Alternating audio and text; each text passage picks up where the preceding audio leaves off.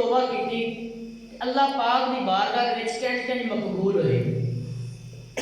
हज़रत पहले ज़ुन्नून मिस्री रहमतुल्लाह अलैह सुन लो, फरमाते हैं कि एक दिन मैं दरिया के किनारे जा रहा सा ते मैं देखा कि बाहर एक बिच्छू खड़ा है।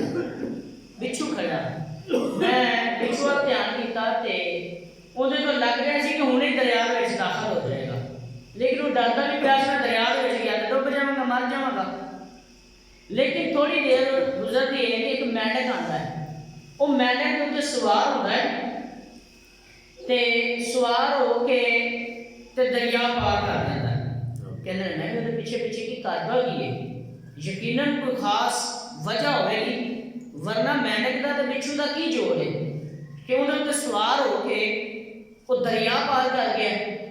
कहने कि मैं उन्हें पीछे पीछे गया, दरिया पार होया ते दरिया पार करना ही एक बंदा बेहोश डिग्या होया सी, उनके उत्ते एक काला नाग बिल्कुल अपना फन सीधा करके उन्होंने डसण नहीं आना सी, उन्होंने डंग मारन नहीं आना सी। मैं देखा कि बिच्छू दवा का मेंढक को छाल मार के दौड़ के गया ते सप नूं जाके वड़ लिया। सप बिच्छू दे डंग नाल मार गया। मैं की गल होई यार, इन्नी वड्डी मिस्ट्री, इतना बड़ा राज। कहने मैं उत्थे खड़ो गया, मैं थोड़ी देर खड़ा होया तो उस बंदे को होश आई। मैं क्या यकीनन अल्लाह का वली है कि जिन्हों बिच्छू बचाने वास्ते मेंढक का साथ देकर दरिया पार करके सप नूं आके मारदा पिया, यकीनन अल्लाह का वली है, मैनूं इहदे पैर चुम लेने चाहिए ने। कहते मैं अगे बढ़िया तो पैर चुमन लगा, मैं लम्बे पे गए तो मैनूं शराब की बू आई, मैं पीछे हो गया। मैं कि ये तो शराबी है, तो मैं पैर चुमन लगा सा, लेकिन जो होश आती है तो मैनूं वेख के पहचान जाता है। कहते तुसीं ज़ुन्नून मिस्री? कि हाँ। आख्या कि सरकार तुसीं इत्थे की कर रहे हो? मैं तो बहुत बड़ा शराबी हाँ, ते तुसीं इत्थे की करदे पे हो? कहते हैं कि मैं उन्हें सारा वाकया सुनाया कि मैं दरिया के किनारे खड़ा सा, एक मेंढक आया बिच्छू दे सवार होया ते आ वे सप मरिया पे, बिच्छू ने आके उन्हें डंग मारा, सप मर गया। ते जो मैं सप नूं वेख्या तो होर डर गया, जिहड़ा नशा सी वो भी उतर गया। कहना है इड्डी गल है। तो फिर उन्होंने दिल के सवाल पैदा होया। हज़रत ज़ुन्नून मिस्री कहते हैं कि अल्लाह पाक ने मैनू क्यों उठाया, एक शराबी की हिफाजत एक बिच्छू के जरिए क्यों करवाई, सप तो क्यों बचाया?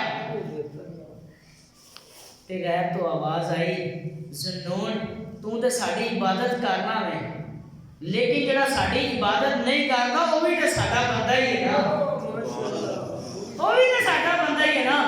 अगर तेरी हिफाजत साडे ज़िम्मे में है तो ओदी हिफाजत भी तो साडे ज़िम्मे में ना। हज़रत ज़ुन्नून मिस्री ने आख्या सुनी आवाज, तेरा मालिक तेरा कितना प्यार करता है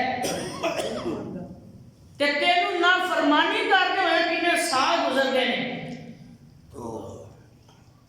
वो बंदा जिहदा पहले नशा उतर चुकिया सी, उन्हें रोना शुरू कर छड्या। उन्हें कहा तुसी गवाह हो जाओ, तुसी अल्लाह दे नेक बंदे हो, तुसी अल्लाह दे नेक बंदे हो ते मैं तुहाडे हत्थ दे उत्ते अल्लाह पाक दे हुजूर तौबा करना। किताबां दे विच आंदा है कि ओ शराबी ने उस वेले तौबा कीती ते हज़रत ज़ुन्नून मिस्री दी सोहबत इख्तियार कीती।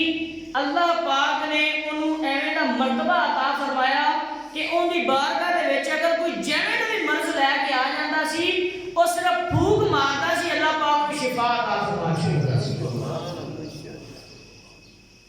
अल्लाह पाक ने सिर्फ तौबा करने वाले में इनाम देते हुए, तौबा करने वाले कि ऐ ईमान वाले हो अल्लाह दे हुजूर तौबा तन नसूहा करो, फिर होवेगा कि मालका, करेगा कि इनाम की मिलेगा। तो रब इरशाद फरमाता है कि इनाम ऐ मिलेगा कि तुहानू उस जन्नत दे विच दाखिल कर देगा कि जिहदे थल्लों शहद दियां ते दुध दियां नहरां बहदियां पईयां ने। सुभान अल्लाह। उस जन्नत दे विच दाखिल कर देगा। तुसीं तौबा करो ते सही, तुहाडे